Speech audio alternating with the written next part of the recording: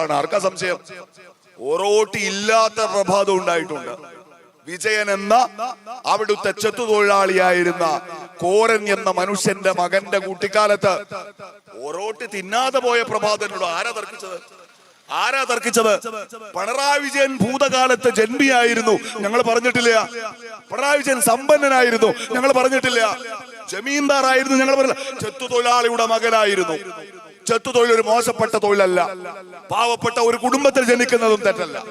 ഈ പറയുന്ന ഞാനൊരു ചുമട്ട് തൊഴിലാളിയുടെ മോനായിട്ട് ജനിച്ച ആളാ. എനിക്ക് ധൈര്യമായിട്ട് പറയാം, ഞങ്ങൾ ഒരേ വർഗത്തിൽപ്പെട്ട മാതാപിതാക്കൾക്ക് ജനിച്ചു. അതല്ലല്ലോ പ്രശ്നം. പ്രശ്നം എന്താ?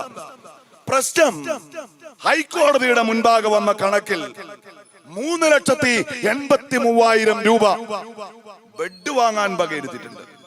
പബ്ലിസിറ്റി, അഡ്വർടൈസ്മെന്റ്, കമ്മ്യൂണിക്കേഷൻ, ഇതൊക്കെ ഒറ്റ അജണ്ടയാണ്. ഇത് വെവ്വേറെ അല്ല. പബ്ലിസിറ്റി, അഡ്വർടൈസ്മെന്റ് ഇതൊക്കെ ഒന്നല്ലേ?